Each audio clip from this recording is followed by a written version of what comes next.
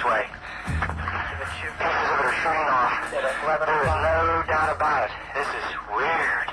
In December 1980, Air Force officials thought they saw an airplane crash in the forest. When they went to investigate, what they found shattered their concept of reality and changed their lives forever. I'm thinking the whole time, nobody's going to believe what we're telling them.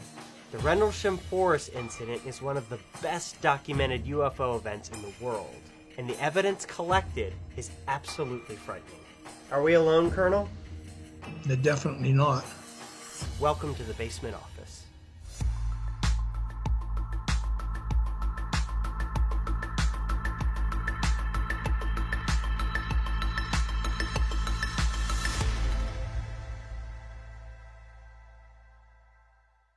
And again, we are joined by Nick Pope, who has been kind enough to join us for quite a few episodes here. And you literally wrote the book on this incident, right? Yes, I teamed up with two of the main United States Air Force witnesses. We put together this book, and to my knowledge, it's the only UFO book ever to have needed security clearance from both the US and the UK government. Why don't you set up the scene? Well, Rendlesham Forest is in the county of Suffolk in England, and it's to the northeast of London. And these are two military bases, Bentwaters and Woodbridge, RAF bases, so Royal Air Force, but operated by the United States Air Force. So most of the witnesses are US military personnel. And Rendlesham Forest lies between the twin bases of Bentwaters and Woodbridge. Okay, so take me to December 26th. Some of the security, police and guarding personnel see strange lights in the forest, and their first thought, of course, is they think maybe an aircraft has crashed and there's a fire. So they go out to investigate, and they find not a crashed aircraft, but a landed UFO.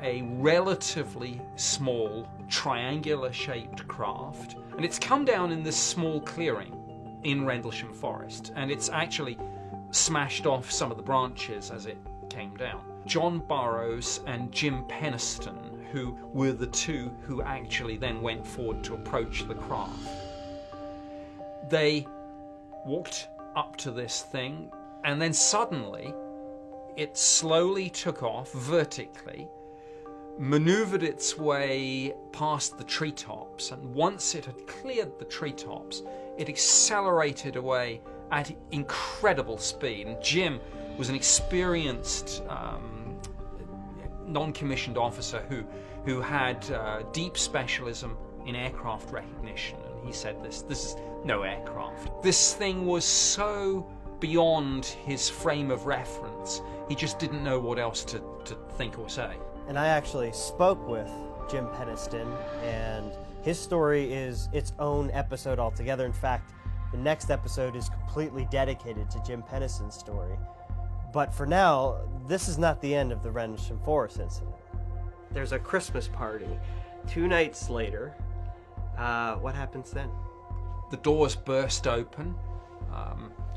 A young officer comes up to the base commander and the deputy base commander and says, "Sir, it's back." And they are told the UFO has returned. So the deputy base commander is Lieutenant Colonel Charles Halt. He is an absolutely by-the-book guy. He has heard the rumors about the UFO from the first night. He is not impressed with this. He's like, I'm going to go out there, I'm going to put a team together, we're going to go out and we're going to debunk this nonsense so that everyone can get on with their jobs. Well, he goes out and he is not able to debunk it because he himself, the deputy base commander, witnesses the UFO. He took an audio recorder with him, and the public can listen to this tape. We've taken some snippets from this tape and for you guys to listen to and watch. So let's cut to that. Watch, straight ahead off my flash back there. There it is. Hey, I see it too. What is it? sir. So can I get some? Yeah, it's a strange, small red light. Looks maybe a quarter to half mile, maybe further out. I'm going to switch off it. The light is gone now. It was approximately 120 degrees from the site. Is it back again? Yes, sir. Everything else is just deathly calm. There is no doubt about it. There's some type of strange flashing red light ahead. It's yellow. I saw a yellow tinge in it, too. Weird.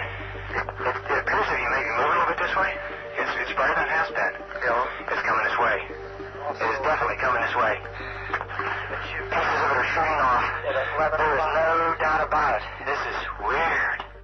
I want to point out in this audio to remember that this guy had no interest in a UFO, went out there to calm everyone down. There's nothing here. You guys are, this is bull. And then you hear in his voice, look, there's a light. Oh, what is that? You know, you can hear himself surprised. Why don't you describe what he's seeing in this audio tape? Well, the start of all this is actually quite mundane. He goes, because at first he doesn't see anything. So what he does is he and the half dozen or so people that he'd taken out with him, they go to the landing site where John Burroughs and Jim Penniston encountered the UFO on the first night. And sure enough, they actually find indentations in the ground. And the ground this is December in England. It's cold. The ground is frozen hard.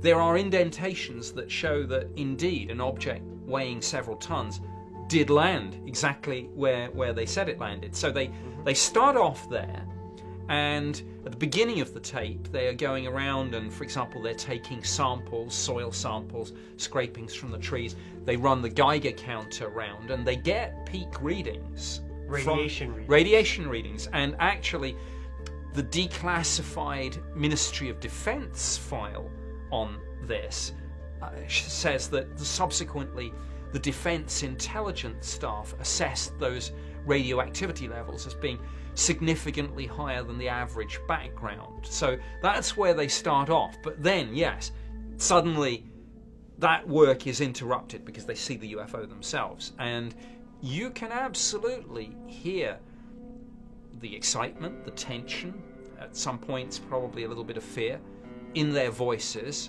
as they're saying, it's coming this way, it's definitely coming this way. Weird. And it is extraordinary. I mean, some people say, why did Colonel Halt make this recording? Is it genuine? Absolutely. I've interviewed all the witnesses. I know Colonel Halt very well. Actually, it was his custom and practice to take with him this handheld cassette recorder on his rounds so that he could document his observations and thoughts. I mean, it was just the way he did business. Yes, and I actually had a chance to interview him via Skype about why the tape recorder, what he saw that night, and it's pretty amazing. Why don't we cut to that? We went out into the forest.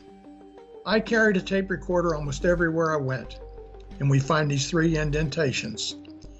Then it gets very puzzling because we're getting radiation readings that are higher than background. Not dangerous, but much higher, especially in the indentations and on the side of the trees facing the 3 indentations.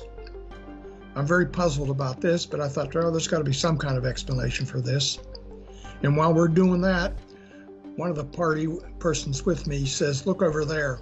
There's this reddish orange glowing object. It's sort of oval in shape, like a large basketball or beach ball. It has a dark center, and it's moving. Okay, we're looking at the thing. We're probably about 200 to 300 yards away. It looks like an eye winking at you. It's still moving from side to side. And when you put the star scope on it, it sort of has a hollow center, a dark center. It's like the pupil of an eye looking at you and winking. And the flash is so bright to the star scope that it almost burns your eye. It did. It looked like the dark center would just look like it was blinking off and on. We're watching it for a few minutes. It comes into the forest. It had been out in the farmer's field beyond us. We see it in the forest. It moves through the trees, avoiding trees. It doesn't touch any trees, bobbing up and down and moving through the trees. So I said, let's try and approach it. So we try and approach it, and it recedes. It goes back out into the farmer's field. And the ones in the north are moving. One's moving away from us.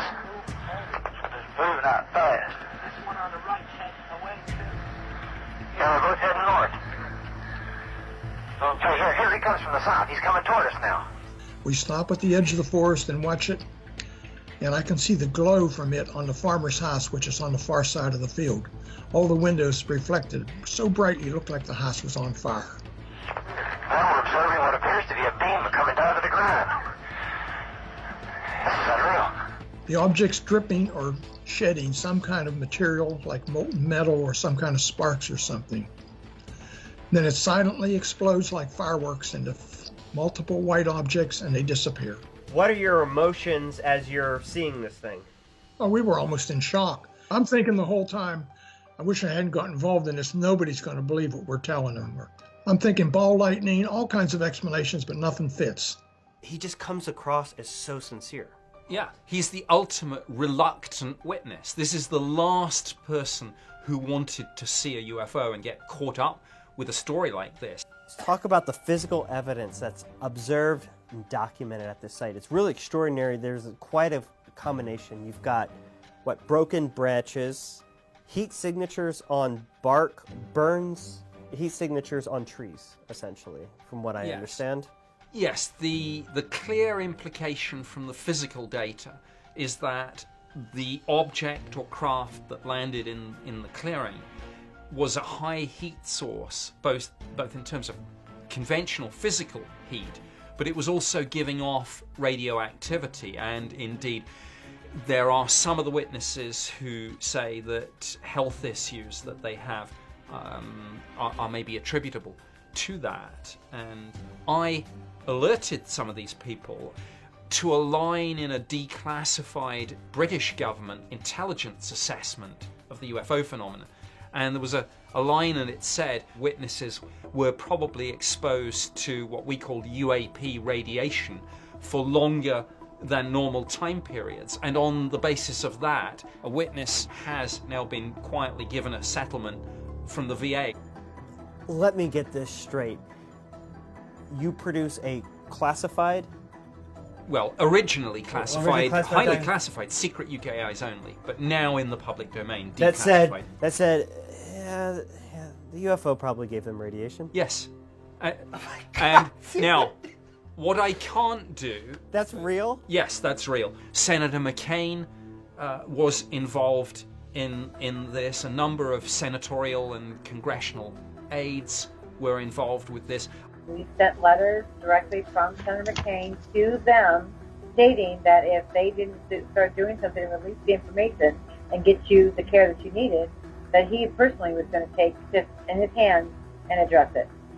The VA was being asked to evaluate and grant me disability based on the injuries I received in the line of duty in December of 1980 in Rendlesham Forest. Correct.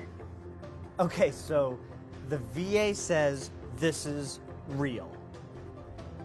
But what was it? I know Colonel Halt has some scary thoughts on this. I have no idea what it was. All I know it was under intelligent control. What makes you say it was under intelligent control? Because it moved through the forest avoiding the trees, and when we tried to approach it, it moved away from us and then exploded and went away. I'm sure, have you researched this more into trying to find an answer into what this could have been? Oh, I've talked to everybody from Nobel Prize winning astrophysicists, you name it, and nobody's been able to come up with a good explanation. People say it was a manure wagon on fire, it was a cop car with lights on the roof, it was the lighthouse, all these crazy things, but nothing fits. Are we alone, Colonel? They're definitely not. In the next Basement Office episode, we dive even deeper into the Rendlesham UFO story with retired Air Force officer Jim Penniston. What appeared in the forest floor in front of me was a triangular craft. He claims he not only saw the UFO, but that he touched it with his own hands. I was very scared, believe me. And that's when things got weird.